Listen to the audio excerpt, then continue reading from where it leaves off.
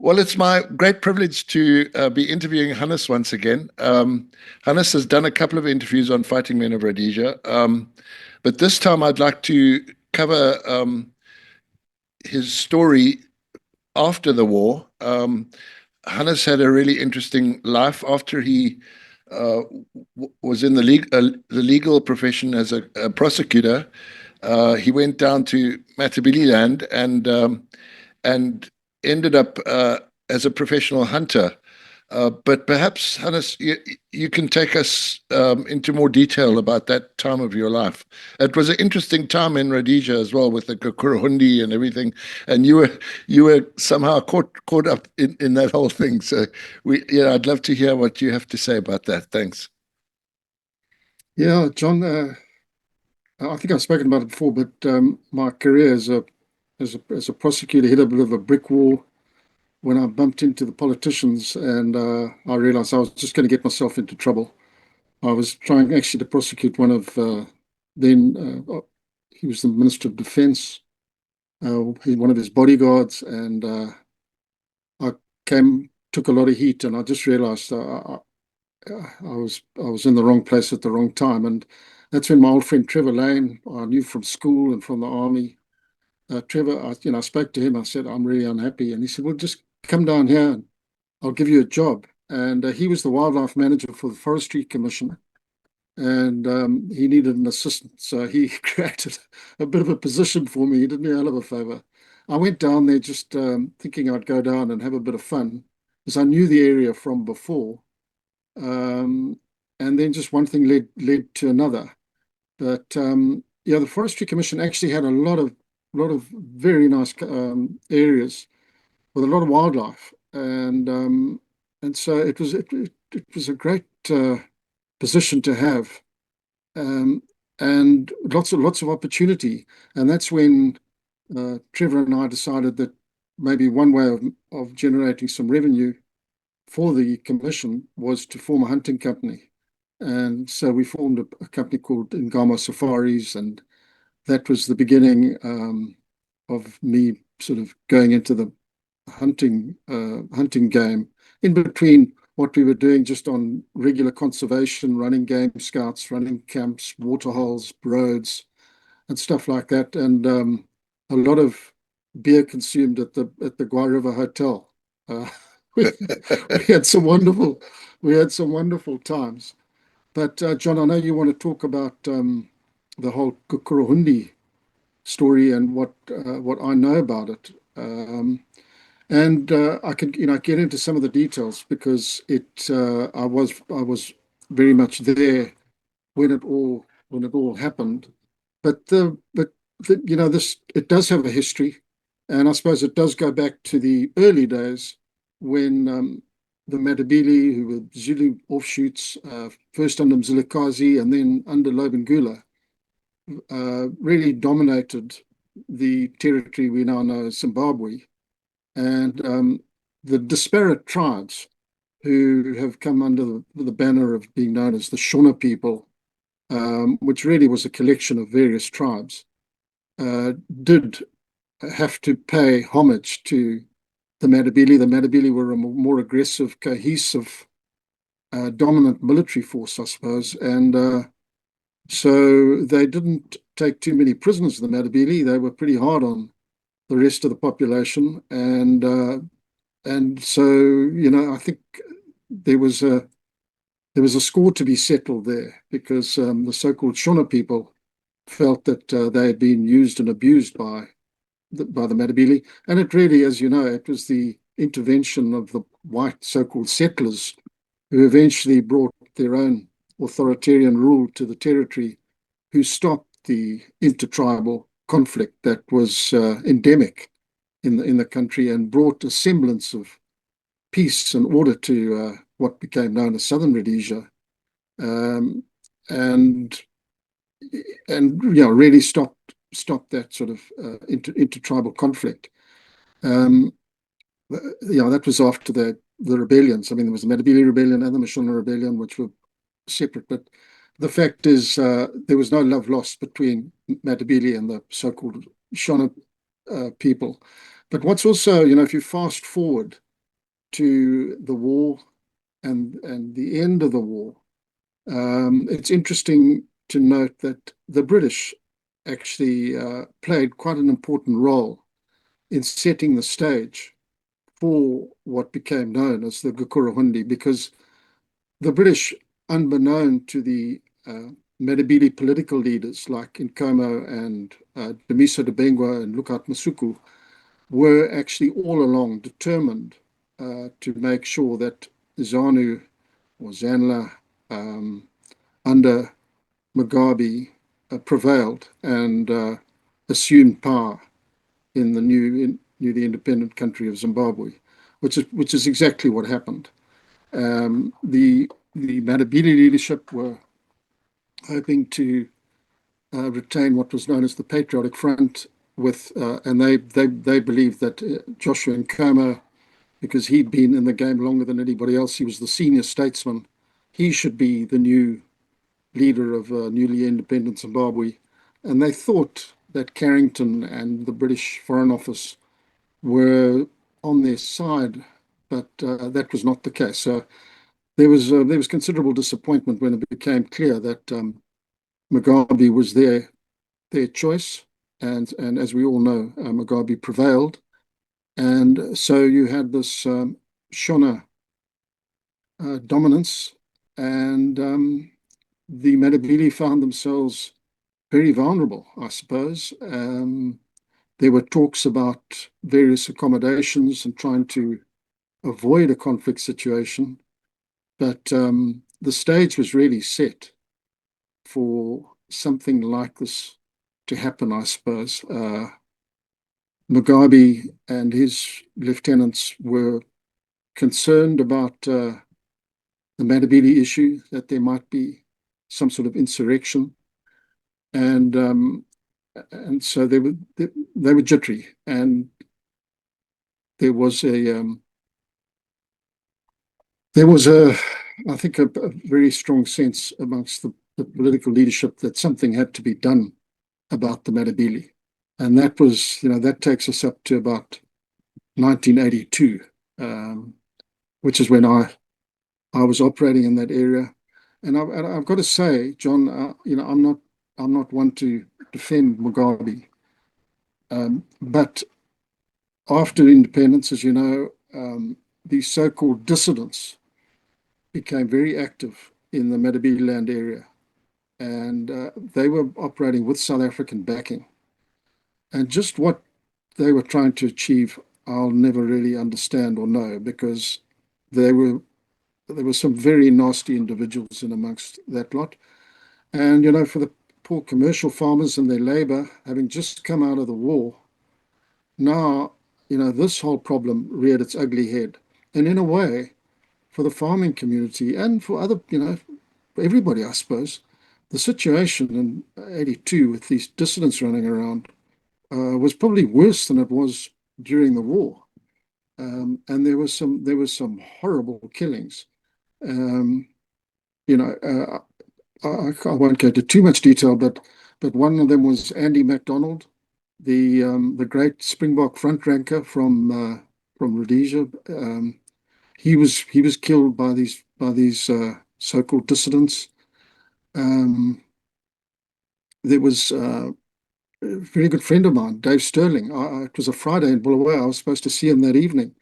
He was out in Yamanchlovo, just paying his staff, I think. He was killed by dissidents, and there was some German motorcyclists. They were just wiped out. And these were people who'd actually been dispatched from South Africa. Uh, so you can't blame the security hierarchy in Harare for being. I mean, it's not as if there was no pretext for them to act. And then you'll probably remember that there were six, I think, tourists from Europe, I think, who were kidnapped on the Falls Road just outside Lupani, and they were kidnapped and disappeared, and nobody knew until years later what had happened to them. As it turned out, I think they were actually walked not very far, and then they were murdered. But this was all, inspired from South Africa. So it was a very volatile situation.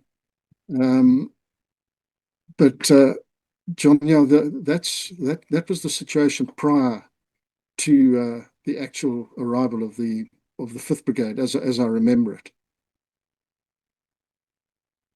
Yeah, the Fifth Brigade were North Korean trained, right? Under was it Perrin Shiri? He was the commander of the Fifth Brigade. They seem to operate almost as a law unto themselves, Hannes.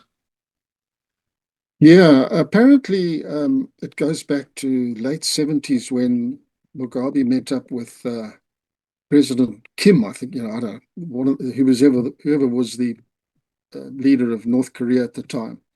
And they obviously got on very well. And the North Korean president said to Mugabe, when you come to power, we want to be part of your military establishment and we'll train up a few battalions or something in the Korean way.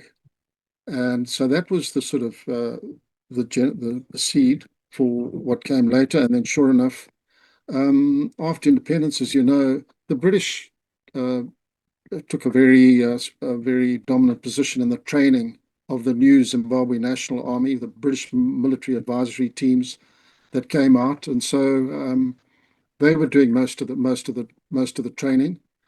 But then in came the North Koreans, and I've listened to some of the officers and men that went from the Zimbabwe National Army, some who had been trained by the Brits to this new Fifth Brigade, and it all came as quite a shock to them because they were still uh, trained in the conventional sense that an army is there to protect the country and doesn't pay any political uh, homage to anybody.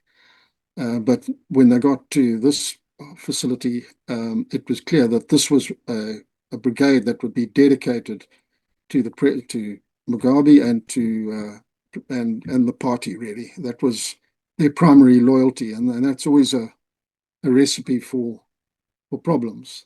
And they were told that you are a special brigade. Um, and I think if it wasn't written down, the word was you guys are really, like a Praetorian Guard, and there will be no rules applicable to you. You're, you'll do what the party wants, and you'll be protected by the party. So they were given a license to kill, I suppose, and that's what happened. And so they were dispatched to Matabeleland to to deal with the ongoing violence. And as I say, there was some pretext for this, unfortunately.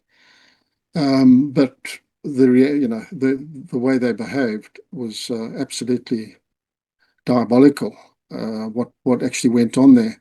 I think I've mentioned it, but I was actually hunting with some Americans at a camp called in Tunjla, right on the Wankie National Park boundary. We had a camp there, and I drove out early in the morning with my client, and we were driving down the railway line going south, and I just saw this whole just saw hundreds of people streaming up the railway line, and I couldn't believe my eyes. I just said, "No, what are these people doing here?" This was an area of no human habitation, and they were carrying their possessions and stuff. And it was only when we got up to them and spoke to them, they said, "No, the army's here," and they're rampaging through the villages, and people are dying, and so they were fleeing for their lives.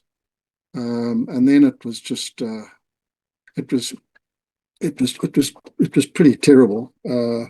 We There was still a white member in charge at Det Police Station there, a chap named of Van Breda. Van Breda, I think it was. And he put out a warning call and said to everybody, get to safety, get to Bulawayo, or get somewhere secure because nobody's safe, and we in the police can do nothing for really, our hands are tied. We'll also get taken out if we get in the way of these guys. So the panic button was hit. We and my staff all went to Wankie Main Camp and based up there for a while. Farmers, some went to the Guai Hotel, I think. Some went to Main Camp, some went to Bulawayo. I always I love telling the story about old Jimmy Chatham, one of the old ranchers there in the Guai. When he was told, he said, "Tell them to fuck off. I'm here. They can come for me, and we'll see who who gets the better of who. I've got my weapons, and I'm happy to take them on." And old Jimmy just sat solid with his cook. He didn't go anywhere either. The two, old Jimmy never left. He never left that place. Hats off to him. But no, it was very unpleasant.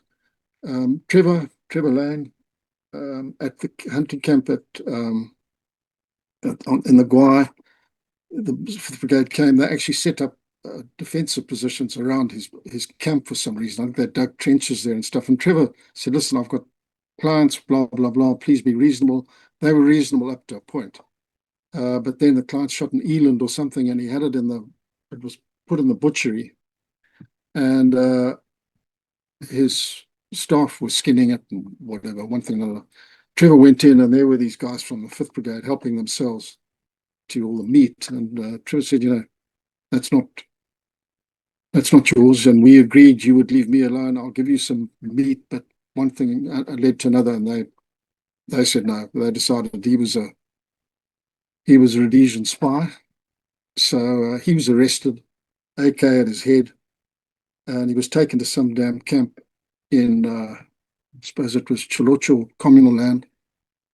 Pretty terrifying, because these guys, a lot of them were drinking and drugs and stuff. And he was taken to the headquarters, and you never know with those guys. They blow your head off in a heartbeat. And he's got an AK at his head. He got there, and he had to go. He'd be brought before a Major Chanda, who was the regional commander or something.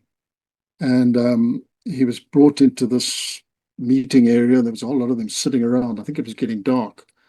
And there was Major Chanda, who was so drunk he could barely talk.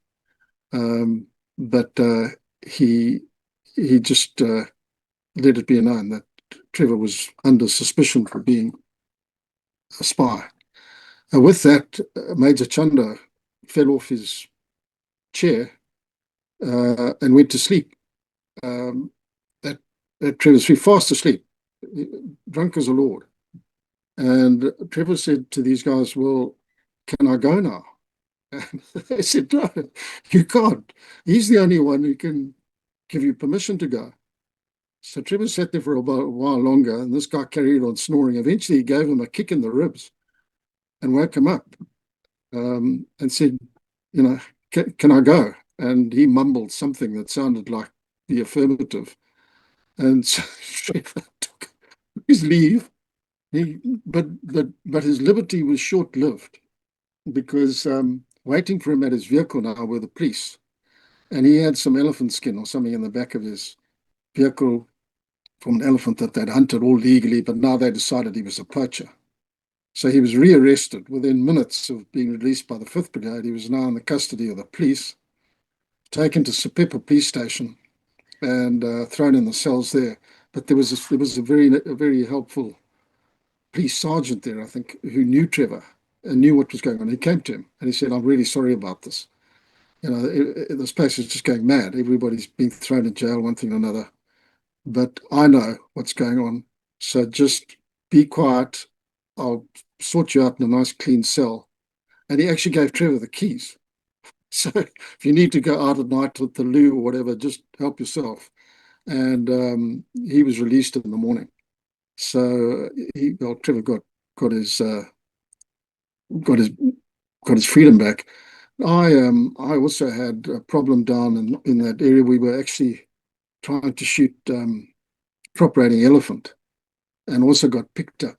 by these guys, and again, drunk as hell.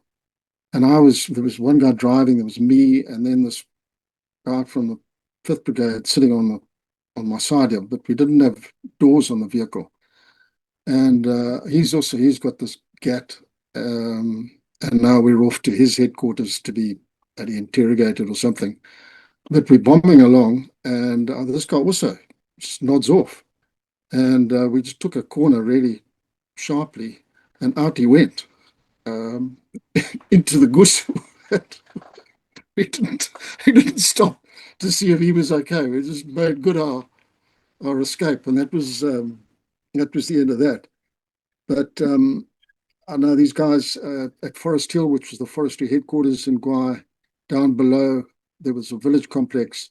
They went in there with rockets and locked people in their huts. They killed everybody. I don't know how many people there were. They killed down there. It was just mayhem. One of our scouts, he was on his way to the forest camp at Sidgerira near Binga. They got everybody off the bus and said, "Where are you going?" And this poor guy said, "I'm going to Kariba." And they said, "Well, Kariba, you can't get to Kariba on this road. Because Kariba's a long dam, as you know." He was going to the Binga side. They were thinking Kariba through Karoi. And because his story didn't stack up as far as they're concerned, they decided he was lying, and they shot him. Um, so it was terrible. I don't think we'll ever know exactly how many people were killed there, but it's certainly, if they went in there to bludgeon the Matabele into submission, it worked. But John, I must just point out, because he's dead now, but Colonel Lionel Dyke, over the years, he took a lot of flack because he was still in the army then. He was running the parachute battalion, and I thought he did an excellent job. Um, people believe that Lionel was somehow complicit in all these outrages, and that's absolutely not the case. In fact, when those six hostages were taken off the Falls Road, I was actually hunting out of Mandundamela camp, uh, which was about 20 k's as the crow flies from where they uplifted these hostages, and so they actually walked right through our hunting area, and so there was a heightened sense of alert. And when I heard, I had clients there with me, a surgeon from Florida by the name of John Snow and his wife. And you can imagine you're very, very vulnerable. And these people need to be looked after. I managed to get hold of my old friend Les Moore, who was still in the in the intelligence services. And I got a message to Les, and I said, I'm very vulnerable here and concerned, and I don't really know what to do. Well, Les, bless him, he got a message to Lionel Dyke, and geez, I think it was that day. Uh, Colonel Dyke arrived in an Alouette with, I'll never forget, Al Thorogood. You might remember from the Air Force. He was the pilot. What a joy it was to see those guys get out of a helicopter. You think you're about to get wiped out, and these blokes come like angels of mercy from the heavens. And old Dyke just said, "Relax. I've got this under control." And I think that afternoon, an islander landed. I think it was an island, or one of those castles, and there were 12 of his Parabat guys, parachute battalion blokes, beautifully turned out, a sergeant in charge, I think, and they presented themselves and they said, "We're here at your behest. We'll take orders from you, and anything that needs being done around here, anybody who needs to be dealt with, we here to do it." So it went from one extreme to the other. I mean, we actually ended up having a hell of a time with these guys, and the Americans absolutely loved it. So that all turned out very nicely for us. But the other guy, Lionel, he really did try, within reason, within the limits of his sort of mandate, to stop what was going on. And I think he did eventually manage to get word to the top. to say, this is not acceptable, because he did have the ear of, I think, Mugabe and his senior people. So I'll always remember Lionel very fondly for what he did, certainly for me, and he also helped Trevor. When Trevor then ends up, or bugger, he ends up shooting a poacher. He shot him in the leg, but hit the femoral artery, and this guy bled to death. And then again, it was clear that this was, he'd only used a weapon as a last resort. And these guys were armed, they had dogs, one thing and another. Initially, the police were fine, but I think that when the word got up the ladder, they thought, another white man here who doesn't realize things have changed. And so a warrant of arrest was issued, and Trevor was arrested and thrown into the cells in Lupani. And there was a very, very nasty policeman there at the time. I went to try and help Trevor, but jeepers, they were in a very aggressive state of mind there. But then when Lionel Dyke got to hear of it, he went straight in there, flew in his helicopter, and he just read them the riot act. In fact, I think he gave this cop there a clout, so I heard afterwards, and said, get him out of the slammer. And so that was Trevor was released. But Lionel was he certainly helped us out there. Les Milne, my old friend, was around and about, but he spent a lot of time in the pub at the Gua River Hotel, the pub at Wanky Safari Lodge, and the pub at the Waterbucks Head at Main Camp. Just how many dissidents or how much intelligence he was gathering there, we'll never know. But he says he was doing his job. I don't believe him. Yeah. Sounds a bit like Leon Varley's story, where he was also ended up fighting to clear his name after killing a poacher for 5 years or something. Yeah. Yeah. Oh, geez, I think I've spoken about Trevor's ordeal. Wow, what pressure. I mean, there he was on a murder charge, and absolutely nerve-wracking. Yeah. I don't know if I would have been able to deal with it, but he was adamant that he was going to stand trial and clear himself. And fortunately, he had a very good judge in Hilary Squires, who was still on the High Court bench then. He had an excellent defence attorney, chaplain named Chris Jordan, and they won the day. Fortunately, justice prevailed there. But as we know, that doesn't always happen. So, Trevor came out of it on top, but what a difficult time for him. But the other guy that I think one must mention when discussing this period of time is Peter Godwin, who you probably remember, John. I mean, he was at Yes. Carmel, I think, with us Yeah. from From Malseta. Malseta. Gone on, yeah, gone on to become a very famous author. Well, Peter, I don't really know him, but it was Peter who got in the middle of this and wrote the story. And it was actually published in, I think, the Observer newspaper. The editor was a chap named Donald Trelford, and they published it. And that blew the lid off this thing. Suddenly, the word was out, and there was outrage across Britain, and that spread across the world. People were saying, how can this be allowed to happen? Of course, the Brits were complicit in the whole thing. And Trelford, the newspaper was actually owned by Tiny Rowland. And Rowland, very much part of the British establishment, fired Trelford, I think, for publishing that story and letting the cat out the bag. And Mrs. Thatcher and her foreign secretary, I think it was Geoffrey Howe, they worked extremely hard to try and cover this up. They described it in Parliament as some sort of minor insurrection or something, I don't know, but they really tried their very best to trivialize it. And I think that reflects very badly on her and her administration, but kind of understandable. If you go back to the beginning, this was their man. This was the man that Yeah. they wanted in power, and now he's not behaving too well. They didn't want that to be too obvious to the Yeah. world, and so they worked very hard to suppress all this information. Yes. One of the guys I was friendly with Rhodesian Hudson Chalmers.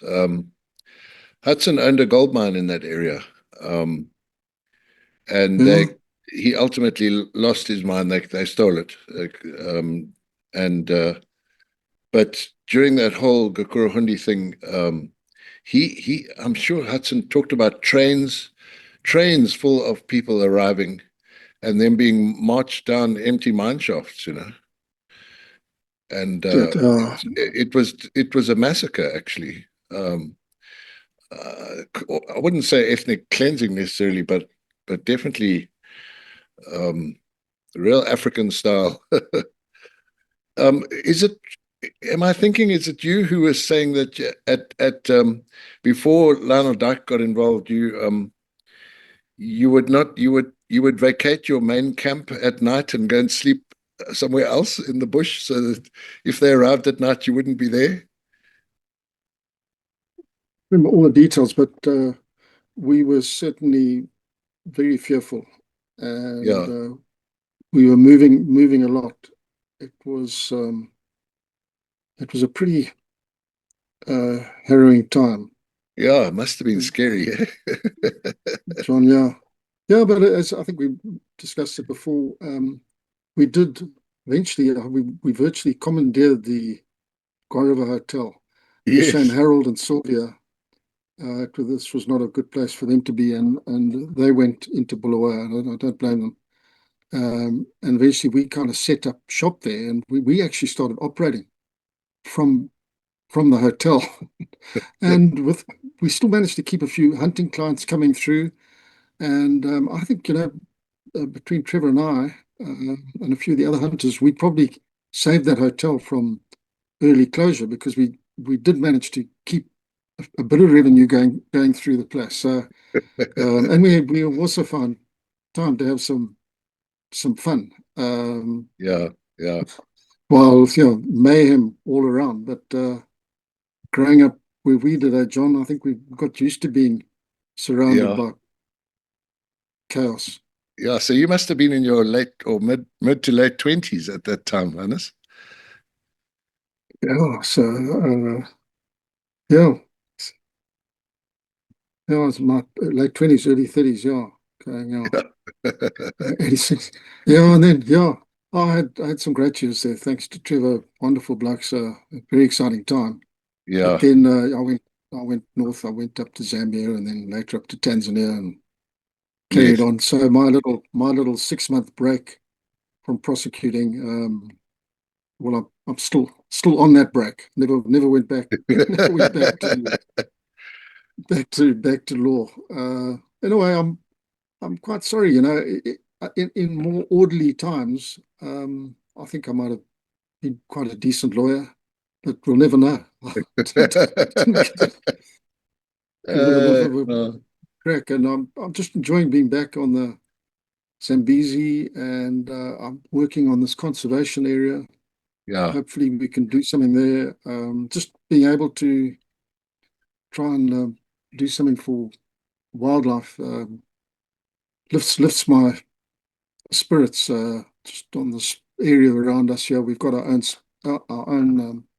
scouts now operating. They can only operate within a certain area, but it's proving very effective. We've got on top of a lot of the snaring, and yeah, the game's coming back nicely. We've got a nice herd of buffalo running around here. I found leopard tracks this morning just near the camp. I got I oh, think he's a male just near here. So just yeah, nice to be back in the in the Zambezi Valley. yeah. Um, Hannes, I think I'm going to put your video on your camp at the end of this chat that we're having. Yeah, okay. And you're basically looking for private investors, right, to come and join you in this enterprise. Yeah, yeah, John. We would like that. It's not a big camp. Um, Only sleeps eight, but ideally suited for small groups and families. Right. It's on private land. We've got the boats here. It's I think one of the last sort of wilderness areas on the Zambezi, right? What we have here. Yeah. So I think it's got massive appeal, and that's what I want to try and do, is to try and keep it as wild as it is, and just try and protect the game that's here. We've got lots of elephant. Elephant are absolutely fine in this Yeah, area. Um, in fact, most of the game, unfortunately, the rhino, they were all shot out quite a long time ago. But yeah, otherwise, I think we might even be winning. The authorities are very helpful when they're under-resourced, um, game scouts and stuff. But we give them a hand and they give us a hand. And I saw my friend, the old chief in Buruma, day before yesterday. I always enjoy being with him. He's always been very supportive of everything I want to do. I love these old chiefs and headmen and stuff. They're very down to earth, decent people, yeah, and I really enjoy them. And I want to try and do as much as I can to feed back into the community. We've actually got a program in place here to stop or, or control the netting. We've and the fishermen are what revenue is generated, and so we've given them an alternative sort of source of income, and that seems to be helping with. We're trying to cut back on the netting. The Mozambicans have finally apparently intervened, and they've stopped a lot of the netting down at Cabora Bassa, which is also a big help because it was being very heavily fished. yeah, yeah. So some good things happening around here, and Okay. long may it last. Yeah. Well, Hannes, thank you so much. I know you have to go. You've got guests arriving. But it's been really interesting. I really appreciate you giving me time to talk about, because we haven't had any episodes on the Gokurahundi so far. And I think uh, it's an important thing that happened in our history. So Mm. much appreciated. Thank you, my brother. Always a pleasure, John. I think I did repeat myself a bit on some of the stuff, but hopefully it's of some interest. And Yeah, again, just my take on that period of history, and hopefully it's of some interest to people. yeah. Thank you very much, Hannes. Keep well, man. All right, Johnny, stay strong, boy. Okay, cheers. Thanks. Cheers.